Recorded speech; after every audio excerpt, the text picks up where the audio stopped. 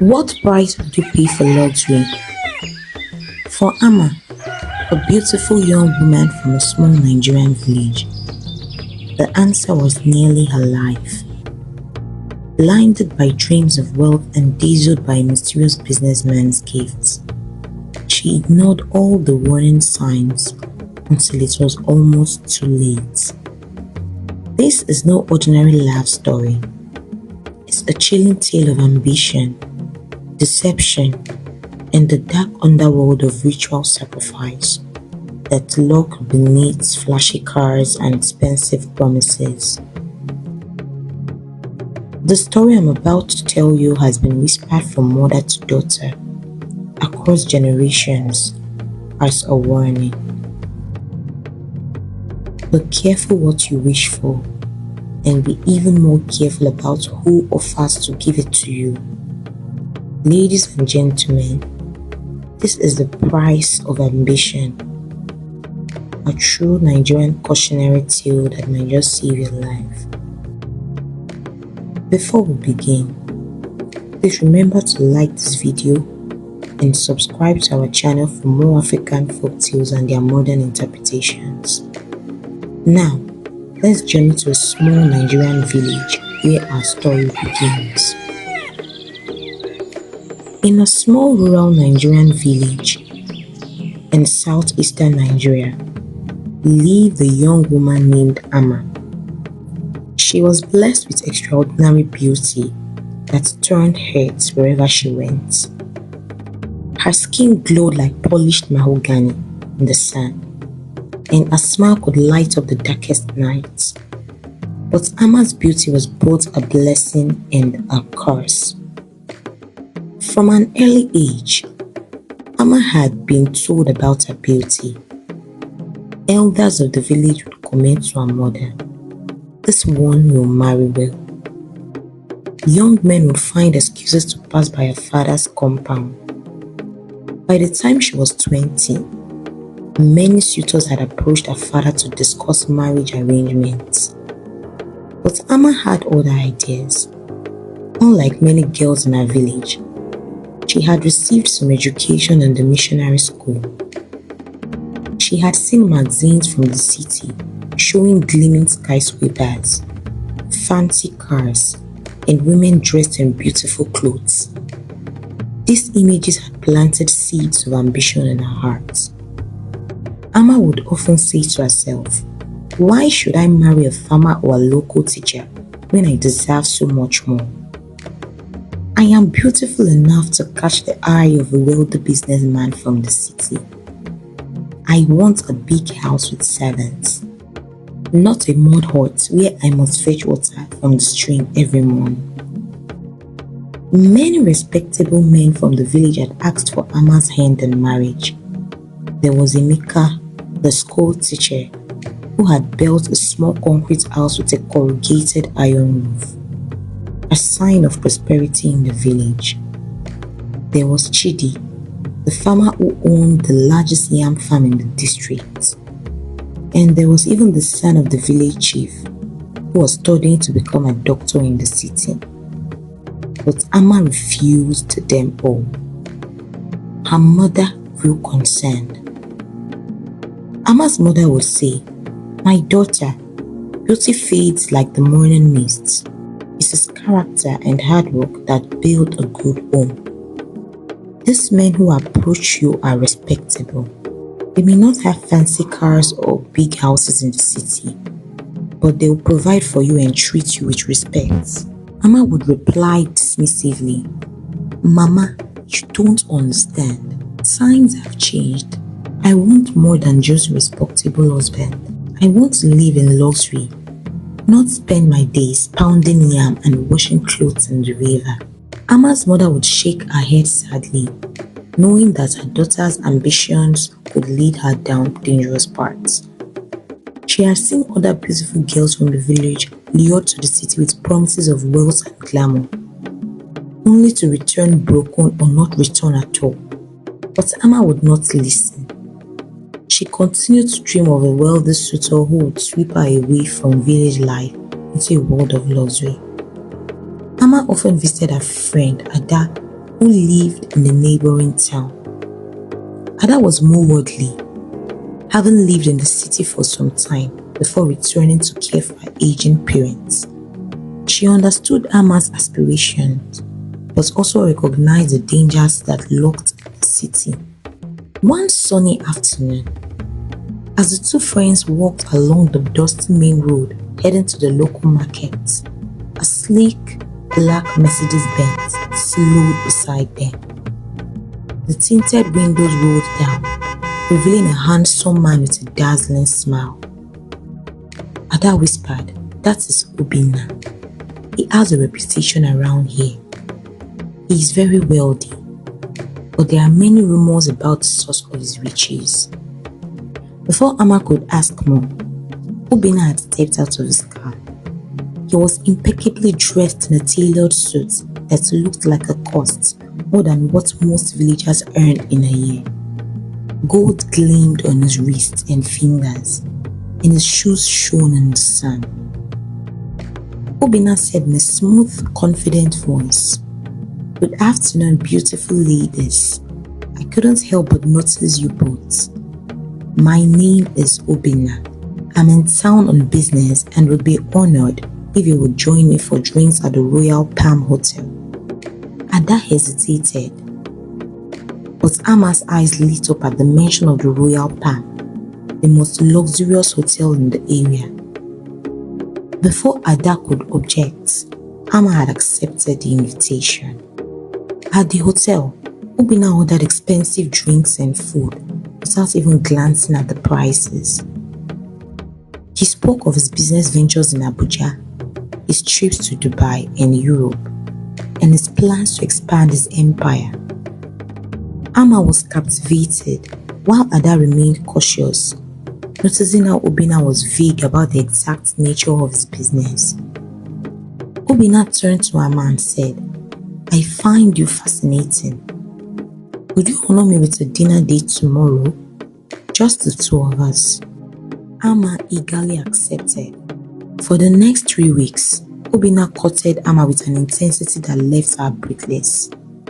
He took her to expensive restaurants, bought her designer clothes, and showed her glimpses of the life she had always dreamed of. Ama thought to herself, "This is it. This is the man I've been waiting for.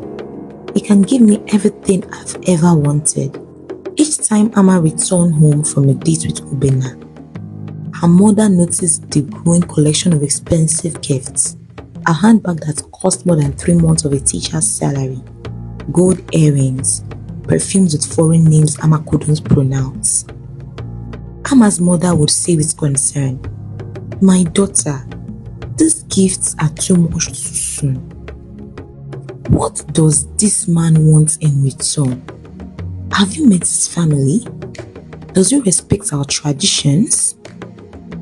Ama would reply dismissively, "Mama, you are old-fashioned.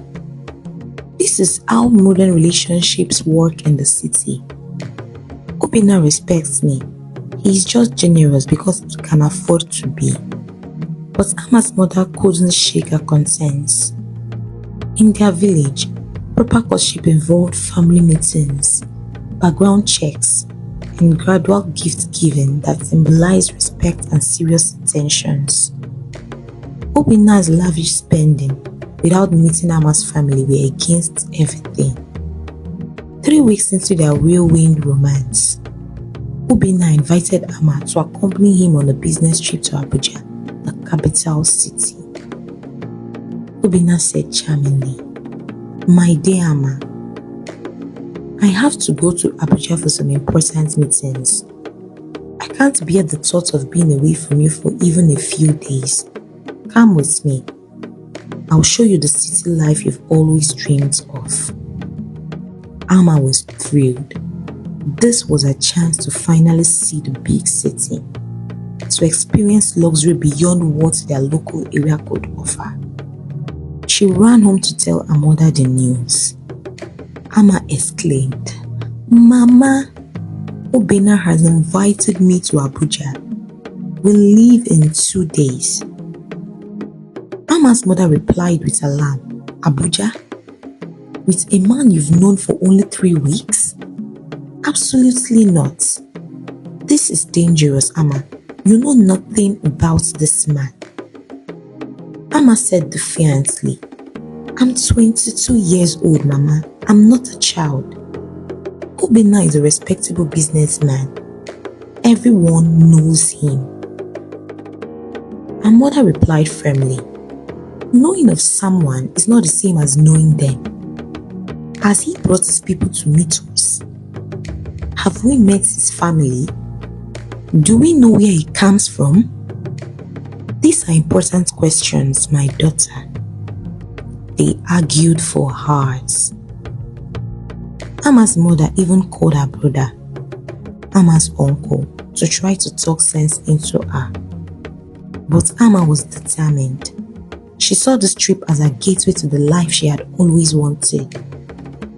Eventually, seeing that Ama would not be swayed, her mother reluctantly gave in, but with conditions. Ama's mother said with resignation but sternness, you will call me as soon as you arrive in Abuja. You will give me the address and phone number of where you are staying, and you will call every day to let me know you are safe. Ama replied impatiently, yes, Mama, I will. But please don't worry so much. Obinna is a gentleman. As Ama packed her bags, her mother sat in the corner of their small home, her heart heavy with foreboding. She knew the stories of young beautiful girls who disappeared after meeting wealthy men with mysterious sources of income. But Ama was blinded by the promise of luxury and refused to see the warning signs.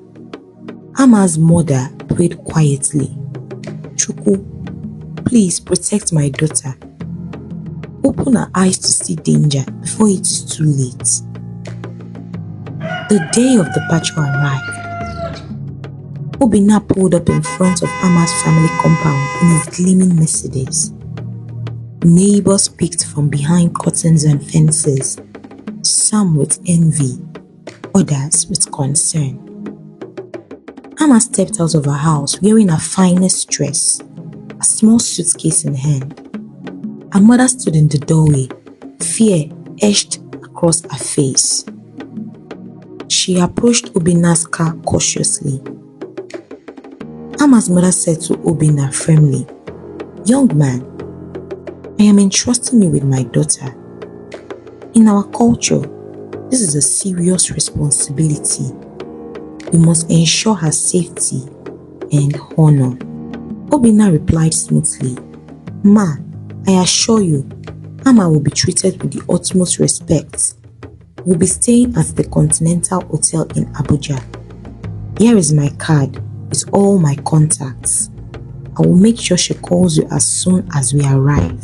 Something about his smile didn't reach his eyes, but Ama was too excited to notice. She hugged her mother goodbye, promising to call soon, and got into the car. As they drove away, Ama waved excitedly out the window. Her mother waved back, blinking back tears and silently praying for her daughter's safety. The first few hours of the journey were pleasant. Obinna played soft music and told Ama stories about his childhood and his rise to success. But as they drove further from familiar territory, Ama began to feel uneasy. They had been driving for hours, passing through villages and forests that seemed increasingly remote. Ama asked with concern, Obinna, how much longer until we reach Abuja? I thought it was only a few hours drive. Obinna replied reassuringly, not much longer, my dear. I'm taking a shortcut. I know, it saves us from the terrible traffic on the main highway. But as the hours passed and the roads became increasingly deserted, Ama's unease grew into anxiety. The lush, populated areas had given way to sparse vegetation and dusty roads with no signs of habitation. She checked her phone. No signal. Amma said anxiously, Obinna, this doesn't seem right. Where are we? I promised my mother I would call her when we arrived in Abuja. Obinna's tone changed softly. Put your phone away. We are almost there. I have a surprise for you. The mention of a surprise momentarily distracted Amma from her growing fear. Perhaps he was taken out to a private resort. Or maybe he had a special proposal planned. She tried to quiet her anxiety by imagining luxurious scenarios. But when they finally turned into a narrow, unmarked dirt road leading into a dense forest, Amma's heart began to race with fear. Amma said in panic, Obinna, stop the car. This is not the way to Abuja. Where are you taking me? Obinna's voice was now cold. Be quiet. We are almost there. After driving down the dirt road for what seemed like an eternity, they arrived at a clearing.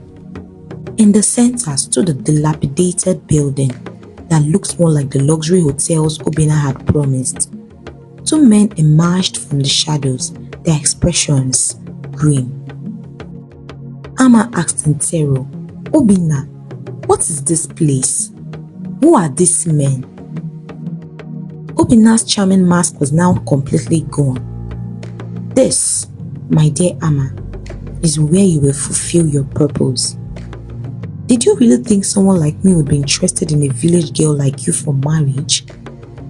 You were chosen carefully, young, beautiful, and most importantly, with few connections in the city who would ask questions.